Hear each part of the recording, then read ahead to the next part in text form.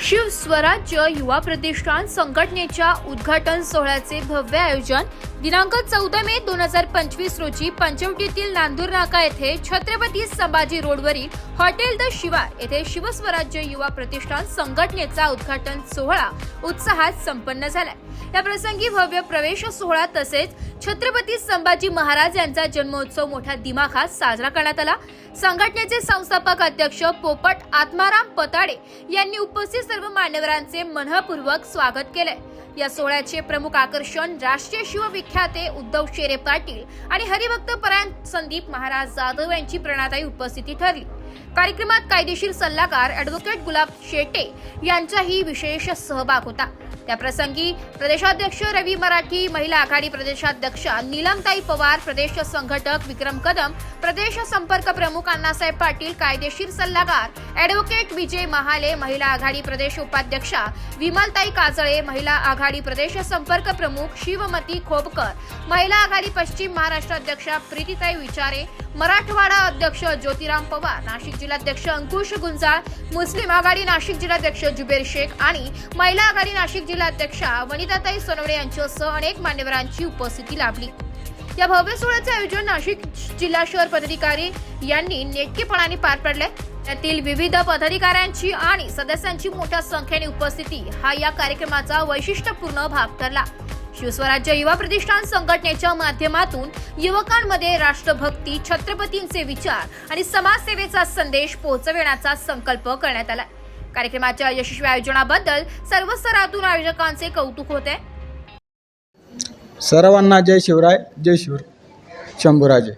आज दिनांक 14 मे आज छत्रपती संभाजी महाराजांची जयंती निमित्ताने आपण सर्व इथं जमलेलो आहोत आणि कार्यक्रम पाडलेला आहे आणि त्या संदर्भात आपण सर्वांना एक विनंती आहे की आपले संघटना शिवस्वराज्य युवा संघटना महाराष्ट्र राज्य या संघटनेचा उद्देश असा आहे की संघटना कोणत्याही पक्षाच्या व्यतिरिक्त काम करणार नाही आणि हे सर्वांनी जाणीवपूर्वक काळजी करून आणि प्रत्येकाने एक विनंती आहे की आपण सर्वांचे संघटनेच्या माध्यमातून काम करणार आणि प्रत्येक खेड्यापाड्यामध्ये संघटनेचे उल्लेख करणार, बोर्ड हे करणार, सर्वांचा उपदेश करणार। एवढं बोलून माझे 2 शब्द जाऊ। जय शिवराय, जय शंभूराजे यांना मी निमंत्रण हे करून आवेदन करून मी तुम्हाला 2 शब्द सांगते की मी महिला संघटनेचे अध्यक्ष असून नाशिक जिल्ह्याची माझं नाव वनिता सोनवणे आहे। मला एवढंच म्हणायचं आहे की महिलांसाठी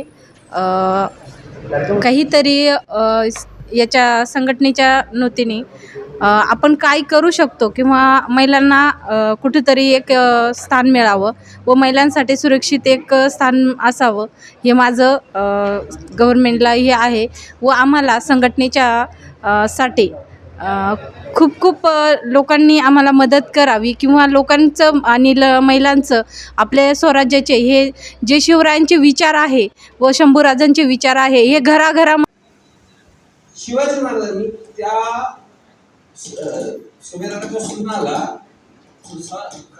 साडी चोळी रोटी भरून तिला परत पाठवलं। त्यावेळेस ती सुनबाई त्याच्या घरी गेली सुभेदाराच्या, तर त्यावेळेस तो देखील त्याने छत्रपती शिवाजी महाराजांना पत्र लिहिलेलं आहे। तर त्या पत्रामध्ये तो म्हणतो, महाराज तुमच्या ऐवजी दुसरं कोणी असतं तर माझी सुनबाई काही परत आली नाही। त्याबद्दल मी तुमचा खूप आभार व्यक्त करतो आणि मराठ्यांच्या घरात झालेली ही अभूतपूर्व घटना म्हणून हिचं वर्णन इंग्रजांनी त्यांच्या त्या काळात लिहिलेल्या पुस्तकांमध्ये करून ठेवलेलं आहे। ज्या काही फिरस्ते होते त्या काळात त्यांनी ते वर्णन करून ठेवलेलं आहे। आता झालंय काय की आपण काय करतो, आपण वेगळ्याच दृष्टिकोनातून चाललोय पुढे, काहीतरी वेगळंच करायचं, काहीतरी वागायचं। मला असं वाटतं आपण त्यांचे गुण घेतले पाहिजे। त्यांचे जेव्हा आपण गुण घेऊ ना त्यावेळेस आपला लूक कसंही असो आपण उठून दिसणार नाही। मी माझं तुम्हाला या सगळ्याच्या माध्यमातून एकच आव्हान असेल की असं काहीतरी वर्तन करा की आपण उठून दिसू, जे काही इतर लोक नाही। आज काय झालंय, संघटना म्हटलं किंवा आज मोठी नावं आहेत, ती नावं घेणार नाही, पण ती नावं जर म्हटली की फक्त सेटलमेंट, तोडीपाणी, काहीतरी वेगवेगळं काहीतरी कार्यक्रम, संपला विषय। या संघटनेचे हे म्हणजे एवढी तोडीपाणी करायचं। जय जिजाऊ, जय शिवराय। आज संभाजी महाराज जयंतीनिमित्त आज शिव स्वराज्य संघटनेचं जे उद्घाटन झालं त्यासाठी मी पटाडे सरांना आणि त्यांच्या सर्व संघटनेला शुभेच्छा देते आणि त्यांच्या माध्यमातून जिल्ह्यातच नव्हे तर महाराष्ट्रामध्ये संघटन झालं पाहिजे आणि त्या माध्यमातून गोरगरिबांना असेल, ज्यांच्यावर अन्याय होत असेल, शेतकऱ्यांना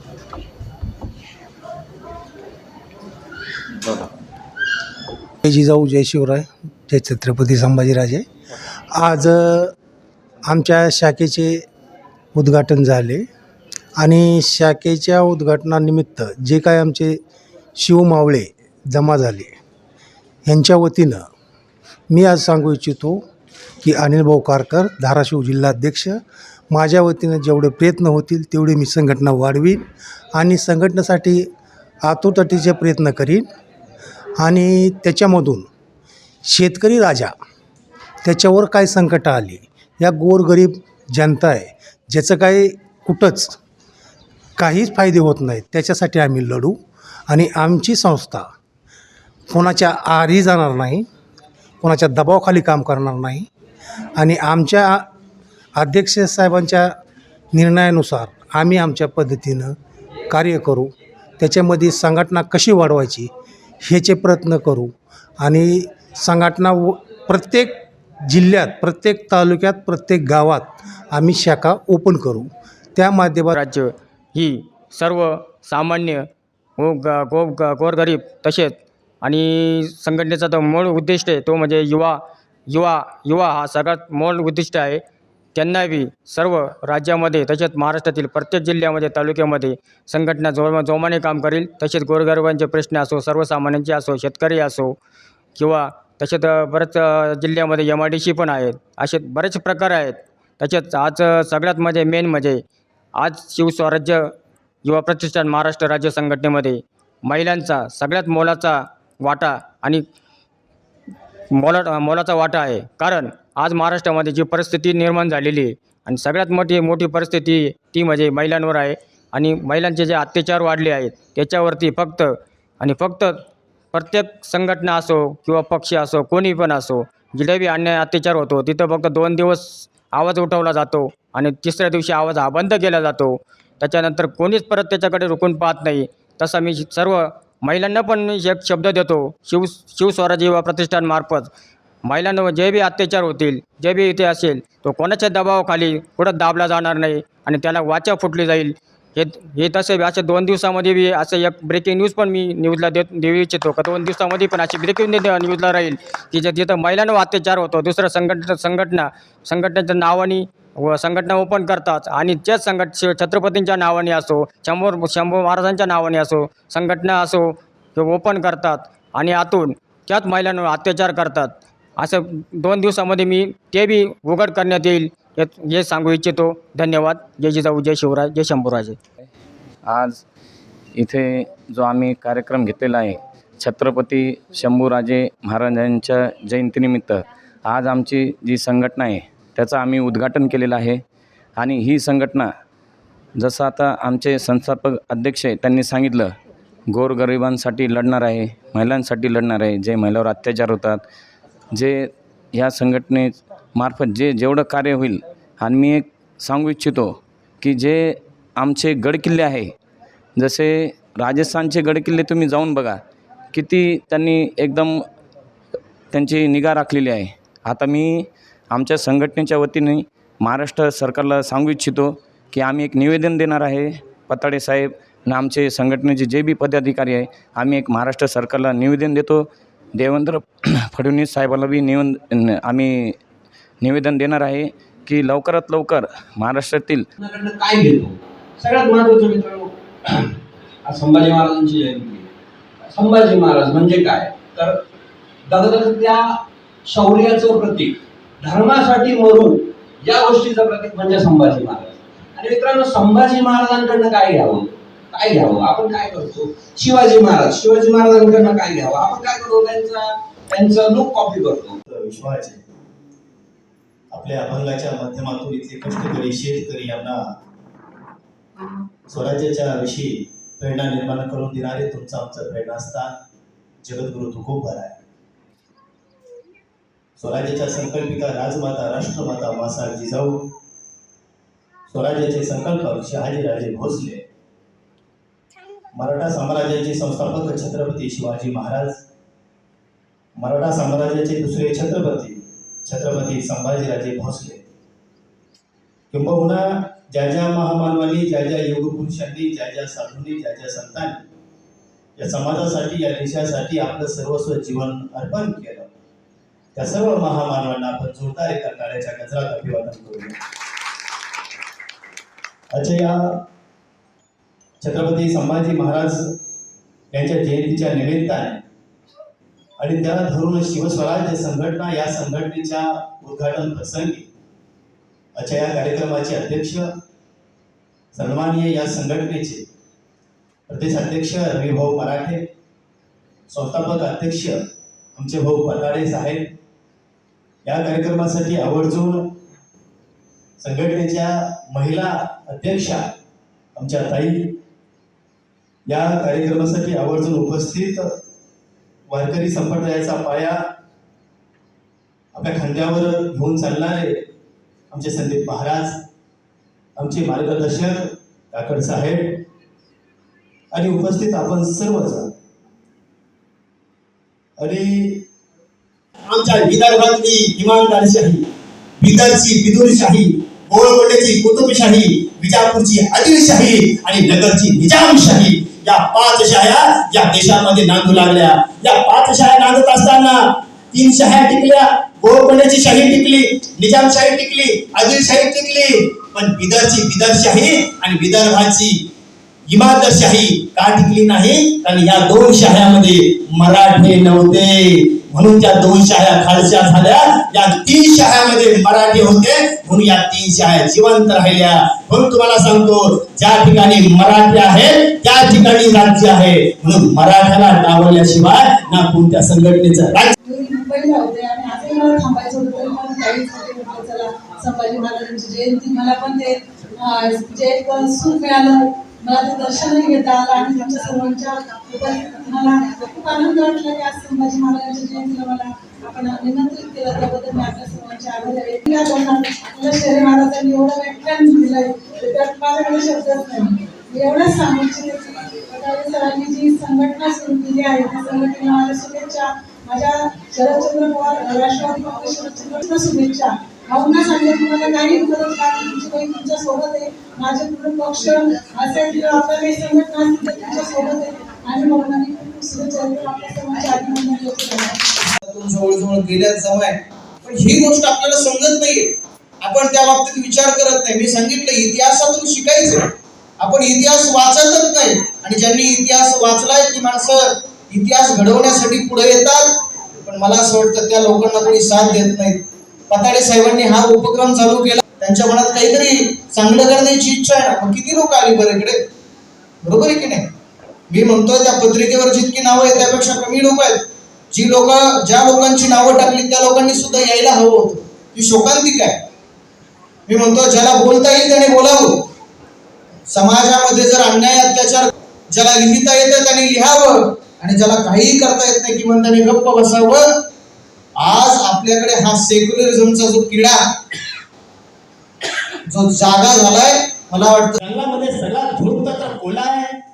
मग आऊसाहेबांना प्रश्न केला, फरांनो, सिंहाकडे तेवढी उंची नाही, सिंहाकडे जिराफा एवढी उंची नाही, सिंहाकडे हत्ती एवढी ताकद नाही, सिंहाकडे चित्या एवढा वेग नाही, पण तरी सुद्धा जंगलाचा राजा सिंह काय?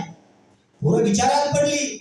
अरे हो, जंगलाचा राजा सिंह आहे, पण सिंहाकडे एवढी उंची नाही, सिंहाकडे एवढी ताकद नाही, शिवाकडे एवढा वेग नाही, पण तरी सुद्धा जंगलाचा राजा सिंह का आहे? त्याचं उत्तर काय आहे तुम्हाला सांगतोय. त्या सिंहाला वाटतंय, होय या जंगलाचा राजा मी आहे म्हणून तो राजा आहे. त्याला वाटतंय मी जंगलाचा राजा आहे म्हणून तो राजा आहे. तुम्हाला तसं वाटलं पाहिजे. होय, या परिस्थितीमध्ये सगळ्यात मोठा मी आहे. मी जे करू शकतो ते दुसरं कोणी करत नाही. माझ्यासारखा इथे कोणीच नाही. तो माणूस सगळ्यात मोठा होऊ शकतो. म्हणून मी नेहमी सांगतो, माणसानं स्वप्न मोठी पाहिले, जी मोठी पाहतात ती माणसं. इतकंच नाही, मी नेहमी सांगतो, छत्रपती शिवाजी महाराज बसलेले असताना